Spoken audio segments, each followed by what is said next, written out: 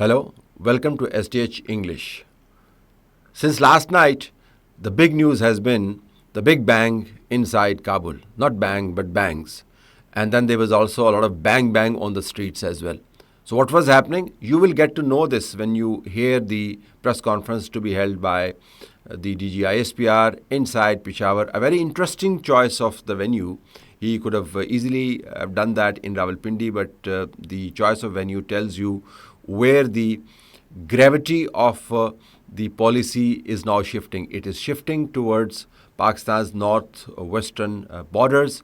It is focused now on KP exclusively and Balochistan exclusively, and it is going to become completely transnational in certain ways, as the Kabul bang bang suggests.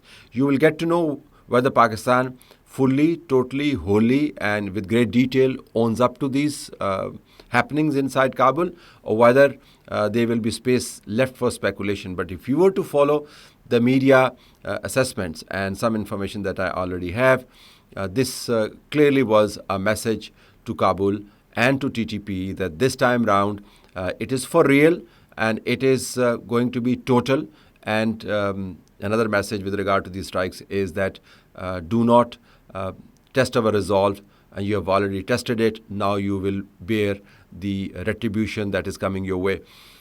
Kabul itself is now engaged in high-end diplomacy with Delhi, and Mr. Muttaqi now is being hosted by Mr. Modi. And when he's hosted by Mr. Modi, Kabul is rocked by the big bangs and the small bangs. A word about the small bangs, what was happening on the streets, and I was just wondering why, if this was an aerial strike, whether it was through drone or through fighter jets, what was happening on the streets? Why was this firing? Was it panic setting in? Were there people who were heading out against TTP local neighborhoods where they're housed inside Kabul, no less? And I found out through my sources that there are local assets that can be mobilized anytime. And just to send the message that it is not the air that you have to worry about, you have to worry about the ground as well. It is more to essentially send a symbolic message. But the real message, substantive message, came from the skies. And it was very clear that we are going to now take you out on the streets, inside buildings, or wherever you exist. The news is kind of foggy about the fate of the TTP head. TTP sent out an audio of the man who is clearly identifying some dates and calendars and talking about the present tense and the present situation, suggesting thereby that he has survived the attack.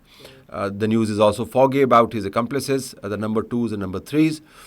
But that's not the point. The point really is that Pakistan, if it were to be assumed that Pakistan is going to eventually fully own up to these strikes, and I see no reason why it shouldn't. If Pakistan were to strike inside Kabul, and it has struck inside Kabul, the messages that are sent out are far more important than the targets, whether they are eliminated or not. Some of the messages from the strikes I've already enumerated. The larger message really is that it is going to become now transnational increasingly. We have been engaged with Kabul. We have been telling you what is happening in certain pockets along Pakistan's border with Afghanistan. And we are telling you about the numbers as well. There are about 6,000, 7,000 people who sent out their small little regiments across Pakistan and tried to accost and mob Pakistani security forces and create internal mayhem. And we have been identifying, we have been sending you information, we have been sharing intelligence with you, we have been locating people, we have been telling you this is where they exist. And you have been in total denial. Now, even if the TTP top leadership has survived, the point is hammered home or missiled home as far as Kabul's government is concerned.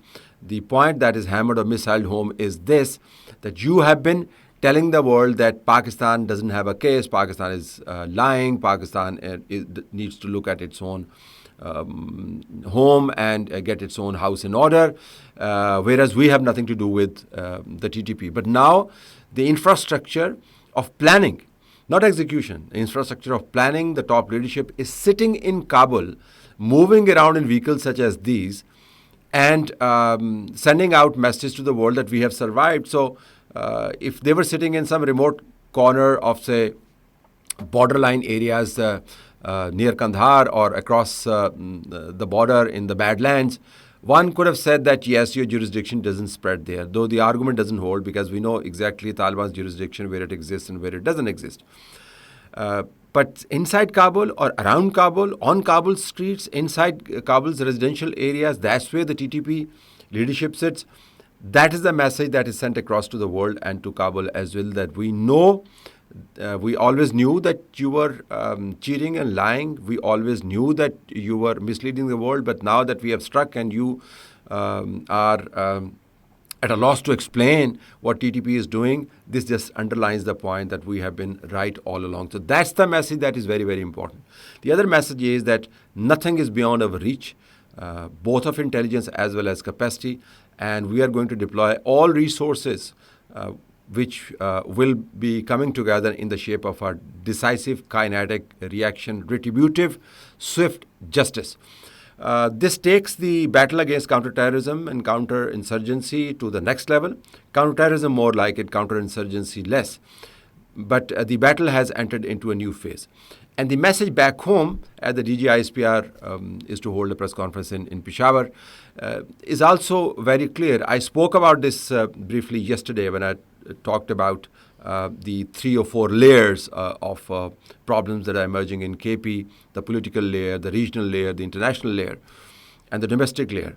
The message to the political context is also very clear. The message is that if we could go to such lengths in order to chase the terrorists, and we will leave no stone unturned in doing that, we certainly will not tolerate any political legitimizing effort as far as terrorism is concerned. We will not tolerate political proxies for the terrorists, and we will not let anyone use constitution, democracy, right to govern a province through votes to become a basis for allowing TTP and its affiliates and its sympathizers to hold sway politically or administratively or in government or even in media debate.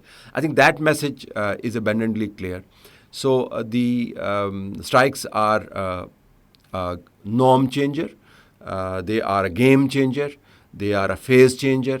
And they are also a changer of the circumstances in which Pakistan has been embroiled in for a long time, having battled the consequences of the planners' conspiracies against Pakistan and trying to repel their little regiments that go across the border and create mayhem here. Pakistan has decided to go for the jugular vein. The jugular vein exists in Kabul. The supply chains spread across the border, and their tentacles are now moving into the media and into the political sphere, involving also efforts by, say, Imran Khan and his party to somehow create some relief for TTP and the Taliban of Pakistan. The message from yesterday's developments, which are going to reverberate for weeks and months on end, are very clear that this time round, it is for real. This time round, we mean business. This time round, do not take any chances as far as our resolve is concerned. And this message goes as much to Delhi, as to Kabul, as to Peshawar, as to the guy sitting in Adiala.